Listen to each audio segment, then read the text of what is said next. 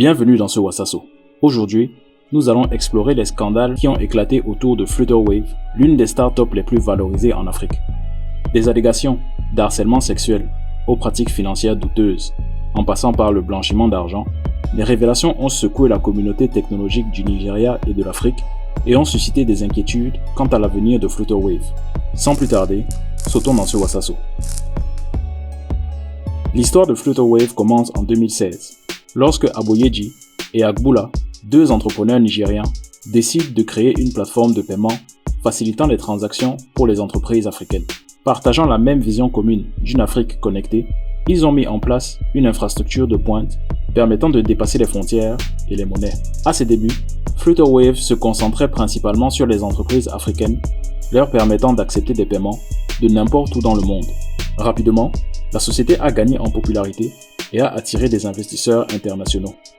Le modèle commercial de Flutterwave repose sur une technologie de passerelle de paiement qui permet aux entreprises de recevoir des paiements en plusieurs devises et de différentes méthodes de paiement, telles que les cartes de crédit, les virements bancaires et les portefeuilles mobiles.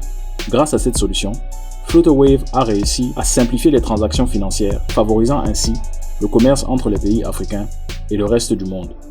Depuis sa création en 2016, Flutterwave a connu une croissance rapide et a attiré des investissements réputés.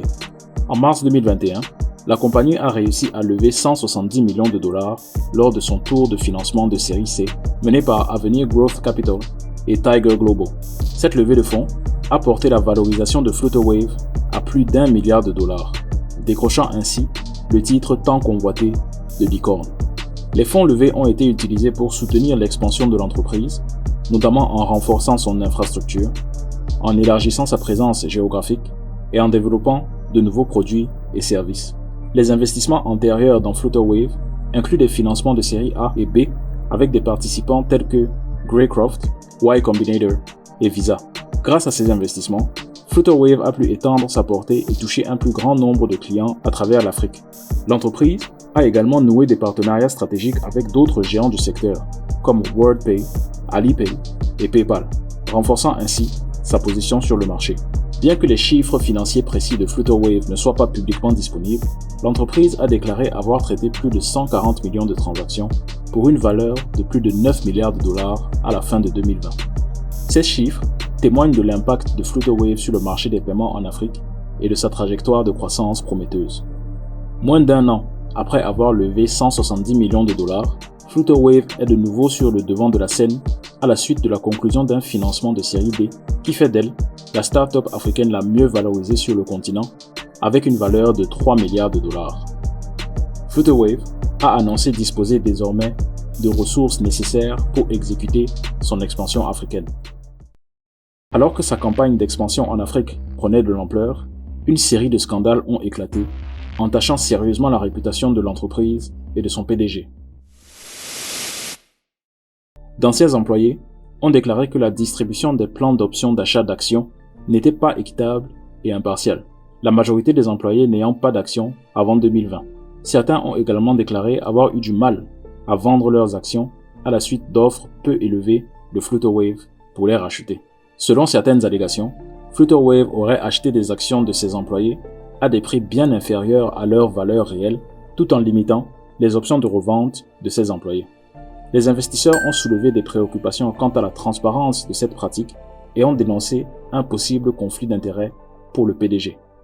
Les anciens employés ne pouvaient pas vendre leurs actions à n'importe qui. Au lieu de cela, ils étaient encouragés à vendre leurs actions à une société appelée Berrywood Capital, une société d'investissement en phase de démarrage. Deux sources de la communauté nigériane dans l'investissement ont confirmé que Berrywood Capital est le véhicule d'Agbula, le PDG de Flutterwave, pour investir dans des startups. Plusieurs anciens employés ont déclaré qu'il y avait eu des erreurs administratives importantes dans les traitements des transactions, des remboursements et des salaires, ce qui a entraîné des pertes financières pour les employés et les clients de Flutterwave. En 2019, l'ancien PDG de Flutterwave, Aboyeji, a été arrêté par la police nigériane après qu'un client ait accusé l'entreprise de fraude pour avoir échoué à rembourser une transaction par carte bancaire. Bien que Aboyeji ait démissionné en 2018, la compagnie a négligé d'enlever son nom des documents officiels. Aboyeji a été libéré sans inculpation, mais l'incident a été largement médiatisé et a jeté une ombre sur la réputation et la rigueur de Flutterwave. En termes d'oubli de mise à jour d'informations, Flutterwave est coutumière du fait. En 2019, Joy Odero était toujours listée comme le contact pour le service de paiement de factures et la responsable du compte M-Pesa de Flutterwave au Kenya, bien qu'elle ait quitté l'entreprise en novembre 2018. En mai 2019, elle a été approchée par 20 personnes exigeant des remboursements après avoir payé pour accéder à des fêtes d'adultes à Nairobi. Ne pouvant pas récupérer leur argent, ils ont menacé à plusieurs reprises Joy Odero. Elle a également été poursuivie par la direction des enquêtes criminelles du Kenya à propos de ces fêtes d'adultes. Odero a poursuivi Flutterwave pour négligence et traumatisme émotionnel et a obtenu $2 500 de dommages et intérêts. Elle a fait appel pour obtenir un règlement plus important. De nombreux employés et investisseurs se sont plaints du manque de transparence de Flutterwave quant aux allégations de harcèlement sexuel et aux résultats de l'enquête menée par KPMG en 2019. Certains ont également exprimé leur inquiétude quant à l'absence de responsabilité de la part de la direction de l'entreprise. En 2018, Orioke, le beau-frère du PDG, a rejoint l'entreprise en tant que directeur financier. Selon des personnes qui ont travaillé chez Flutterwave pendant cette période, c'est à cette époque que l'environnement de travail a commencé à se détériorer. 7 anciens employés ont déclaré que Orioke était agressif envers le personnel. Ils affirment tous que lui et d'autres cadres supérieurs se sentaient capables d'agir en toute impunité et d'entretenir des relations intimes avec des employés. Orioke a été accusé d'avoir fait des avances sexuelles non désirées et d'avoir eu des relations consensuelles avec plusieurs employés. Les anciens membres du personnel affirment que Orioke perdait régulièrement son sang-froid et criait sur ses coéquipiers. Des personnes se sont plaintes du comportement d'Orioke auprès du PDG, mais il semble qu'aucune mesure significative n'ait été prise à l'époque. Orioke a été muté au rôle de chef des opérations commerciales en 2019, après que certains investisseurs se soient questionnés sur certaines de ses pratiques financières. Flutterwave a nommé un nouveau directeur financier en 2022. Le compte Twitter EcoMinage a commencé à publier des allégations de conduite inappropriée. Les allégations ont conduit Visa, qui devait mener le tour d'investissement de série B de Flutterwave, à se retirer.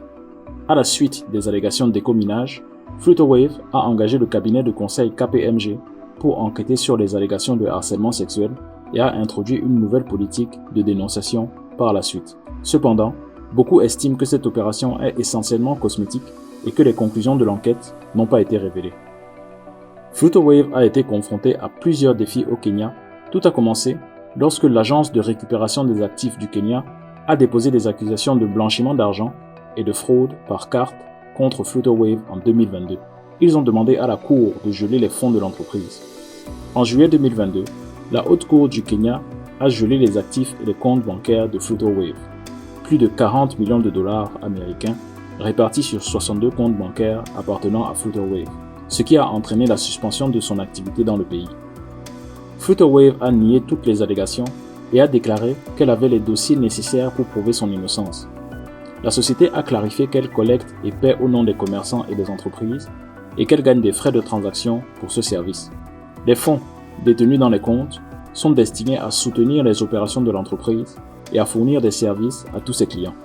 Flutterwave a ajouté qu'elle maintient les normes réglementaires les plus élevées et que ses pratiques de lutte contre le blanchiment d'argent sont régulièrement auditées par l'un des 4 grands cabinets d'audit. Plus tard, le gouverneur de la Banque centrale du Kenya a confirmé que Flutterwave n'avait pas de licence pour opérer en tant que fournisseur de services de paiement au Kenya. En février 2023, l'agence de récupération d'actifs du Kenya a retiré ses accusations contre l'entreprise et la Cour a libéré les fonds gelés. L'agence a affirmé que la société n'avait pas enfreint les lois kenyanes et elle a blanchi Flutterwave de toute infraction. Les fonds saisis ont été débloqués et les comptes bancaires de Flutterwave ont été rétablis. Cependant, Flutterwave doit encore obtenir une licence pour opérer au Kenya. En l'absence de licence, la Banque centrale a interdit à toutes les banques et les institutions financières de faire affaire avec Flutterwave. L'entreprise a déclaré avoir soumis une demande de licence depuis 2019 et a collaboré avec des banques et des opérateurs de réseaux mobiles autorisés pour entrer sur le marché kényan. Elle s'est également engagée à opérer dans le respect des lois et des réglementations en vigueur régissant l'industrie des technologies financières au Kenya. Cette controverse a eu un impact sur la réputation de Flutterwave et a entravé son expansion, particulièrement en Afrique de l'Est. Nous sommes arrivés à la fin de ce Wassasso. Flutterwave reste l'une des entreprises les plus en vue du secteur technologique en Afrique, malgré ses multiples scandales. Tandis que la société cherche à se développer à l'international et à attirer des investisseurs étrangers, ces controverses pourraient nuire à sa réputation et à sa croissance future. Cependant, cela soulève également des questions cruciales concernant les pratiques managériales et les structures de pouvoir au sein de l'écosystème technologique africain. Nous restons sur ces réflexions. Comment pouvons-nous assurer que les startups africaines se développent de manière éthique et durable en offrant des chances équitables à tous? J'attends vos avis en commentaire et n'oubliez pas de vous abonner à la chaîne.